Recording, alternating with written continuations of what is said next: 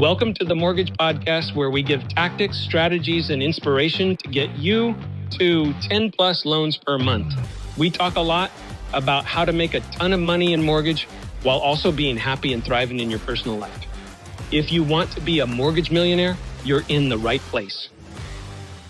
Hey, welcome back to the Mortgage Podcast with Todd Screama. Today, we're talking about the 3 secrets to influence. So these are just 3. There's more, but I think podcast is meant to be like, hey, I listen to podcasts for learning and motivation. Like, I knew that, then I forgot that. So this is kind of that episode. The 3 things are compliments, storytelling, and asking really deep questions. I have spent my life studying influential people. And you probably have too. I've had a chance to coach several of them. And so I try and steal from these people and put them into my repertoire or way of acting, if you will. Let's talk about the first one, compliments. This is such a simple one. Robin Lavasser is our EVP of sales. If you ever watch her, because I've been blessed to spend a lot of time with her. We've worked together for 16 years now. And I've seen her go from 3 loans a month to closing just under 700 her last year of production, first mortgages. So I watched this explosion happen. And almost every single time, if you're one-on-one or if you're in a group event,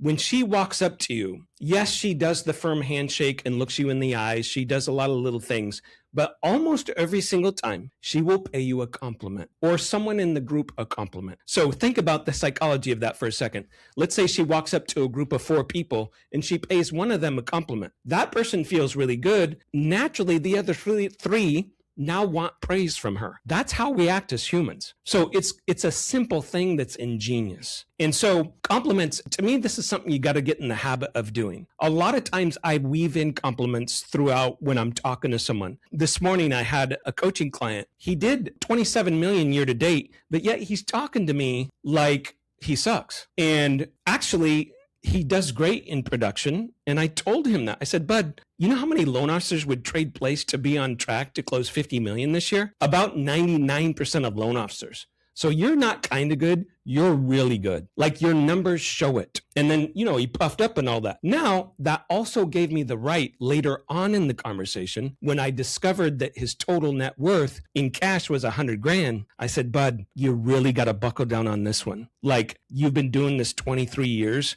You've been making a lot of money for a long time. I understand the failed business and all the stuff you told me. So let's not shame ourselves on the past, but let's get really serious about building wealth. So I can go on and on with compliments. When you talk about the 6 human needs, a lot of them have to do with connection and love. Like a lot of them. Who doesn't want to be loved? Who doesn't want to feel connected? Like it's just a natural part of who we are, and it's every human in the world. And the fact that we don't pull this lever like a slot machine spitting out dollar bills cracks me up. Like it's so simple. It's probably the simplest influence technique I've ever seen, ever in my life. But very few people do it. Very few people do it. My girlfriend, Adrienne, she's full of compliments when she first meets people, whether it's a friend she knows or a stranger.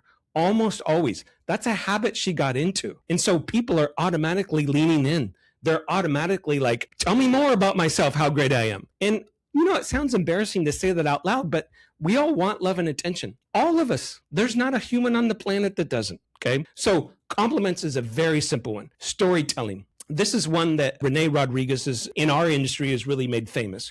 And he's got a format. If you don't know the format, go to his podcast and listen to it. It's very simple, but you can storytell. Like I've got on my phone, because when I was learning this, I listed out a bunch of stories. There's a story about me having to kill my pet cow on a farm. It's emotional. There's a story about my mom buying me a woman's jacket for $1 at Salvation Army when I was in the 2nd grade. And I had to wear that jacket to school and got made fun of. And that's when I decided I didn't want to be poor. There's a story about being by my mom's bedside when she died. There are stories and there's triumph stories as well. But I have a bunch of stories because Rene said people relate to stories. He said storytelling is one of the few times in people's life that they're centered, they're focused. I just finished a mini series on Netflix called I Will Find You. If you haven't watched it, watch it. I couldn't stop watching it. The story is about a man who got convicted of beating his small son to death with a baseball bat, and he didn't do it. And he got out of prison to go find the bad guys. It's so good. It's all stories. It's character development and all kinds of sub-story plots. And it's just a brilliant story. And it's emotional because it has to do with children. So storytelling, this is not a podcast where I'm going to teach you the steps to it, but I want you to master that. People love stories. They love to find out, who is the person I'm meeting with? Show me your heart. Show me your vulnerability. Now, a couple comments. I don't pull out the mom death story. I think I've said it twice in my life. My nephew dying when I was in college. That's one I may have told 4 or 5 times in 30 years. So you got to time and a place, right? What's an appropriate level story for the audience that you're talking to? So there is context to all of this, but it's really just a formula. And anyone can tell a story that's real to you. And if you watch people storytell, even professional speakers, you can watch them get emotional because it's from the heart. And all of a sudden the audience, whoever they are saying to themselves, I know this person better. This person is being vulnerable to me. And again, very unused. I probably personally know 300 people that have been to Renee's. I never hear them storytell ever, right? So, it's one thing to know something. It's another thing to make it something that you use all the time as a habit. And storytelling for me has become a go-to thing. It's not all day, every day. But when it's appropriate, like this first new client today, he told me about all his life. Before we got off, I have a story that I told him. And he was like, wow, Todd, I appreciate you sharing that. I never knew that about you. It's just basic human connection in a vulnerable way. So storytelling is very underutilized, as is compliments. Now, the last one is deep questions. This is not a Todd original, but it came natural to me. I've always been a very curious person. So I would ask my mom when I was 5 years old, I remember asking her, how come car tires are full of air instead of not just full of rubber? Because then they wouldn't get holes in them, right? My mom used to call me Curious George, like the monkey. I'm just curious. And so I am naturally curious about people. Last weekend, my brother and we took our spouses and my mom and dad to Napa for the weekend. And we get done with the second dinner. And my mom talks to me and she said, before going to bed, and she said, honey, how do you get us to all laugh and cry in one dinner? And I said, Mom, I just ask really deep questions and I don't let people evade them. That's what I told her. And I told her, I said, you remember at dinner, I asked this question and someone didn't want to answer it. And I kind of kept digging until they did. And then they got emotional. And then the whole table got emotional. So when you're meeting someone and we're trying to get out of buddy selling and we're trying to value sell, you got to have some value sell to whatever you're doing. But before you get there, you have to know what keeps them up at night. You have to know, what are they frustrated about in their business? Yeah, it's good to ask what's going great as well. So that's a good question as well. Why is that going great? Oh, you doubled your business last year over year? How did you do that? Right? That's good too. So deep questions don't always mean delving into the negative. Sometimes it's them complimenting themselves. Sometimes it's bringing out their self-awareness on what they're doing right. I am in therapy. My therapist has me reading a book called Nonviolent Communication. I've heard of the book for years, never read it. And she's like, no, I don't want you to read it. I want you to do a book report on it. I want you to start acting that way. Because sometimes, Todd, you don't pay attention to people's needs. I was kind of offended, but she got me to read the book. I read the Audible. I'm reading the book. I've got notes on it. And what it talks about is we don't talk well in America. Like, we paraphrase a lot. We blame a lot. We victimize a lot. We compare a lot. Instead of what real communication is, which is discovering the person's needs. And so this morning, I had to pick up my daughter early this morning from halfway to Tahoe and met my ex-wife to pick her up to bring her home from vacation. And very excited to see her.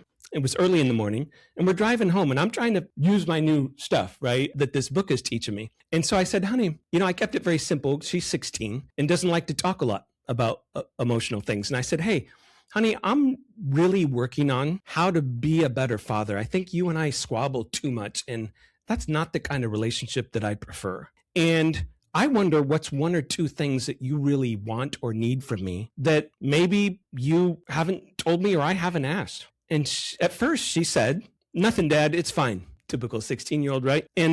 But remember, I don't let him off the hook. I'm all, honey, we've got some time in the car. I really want to know. I really want to know, when we disagree or have conflict, what is it that I'm not giving you? And she said, I need you to care about me more. As a daughter dad, that strikes home. And so I said, without being defensive, without blaming, without deflecting, I had to stop myself from doing those things. It's conscious. I said, honey, I appreciate you sharing that with me. Explain more. Give me an example. She said, well, you had those people come in our house and organize, and they stripped my closet. I think they threw stuff away. I can't find certain things. And the new house cleaner ruined some of my clothes, and they're all discolored now. And I said, oh, you're right. When you told me those things, I didn't pay attention, and I'm sorry. And I just looked at her and smiled a little bit, and I said, can I have a do-over? She's, oh, yeah, I guess so. So that was one of two things that we talked about. So here's the point with deep questions. It helps you get to the person's real needs, not the bland needs. A realtor telling you they need more commissions is great, but why? Well, Todd, this is our first meeting. Not many people know this, but we have a special needs daughter, and she goes to a private school, costs $5,000 a month. I've actually had someone tell me this. That's a real story. And I said, oh my gosh. I said, so what does that cause? She says, well, it's $5,000 a month. Now, my husband and I both work, but it's $5,000 a month. Like it's a house payment. I said, oh, what's that cost? Digging deeper.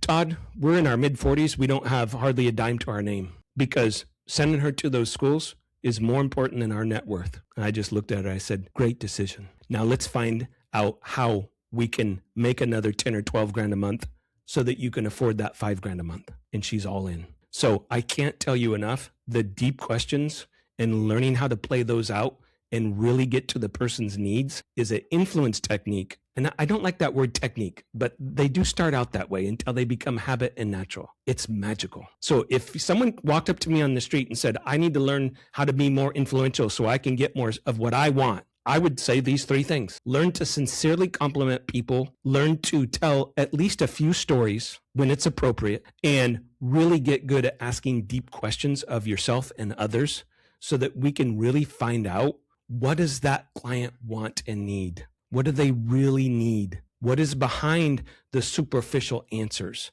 of I need to make more money? What is the next layer down there? And when you ask these people, they will tell you. I can't think of the last time I didn't go deep on someone because I do it every day of my life. And someone said, I'm not talking about that. People want to secretly talk about it. That's why we pay therapists to listen to us and ask us questions.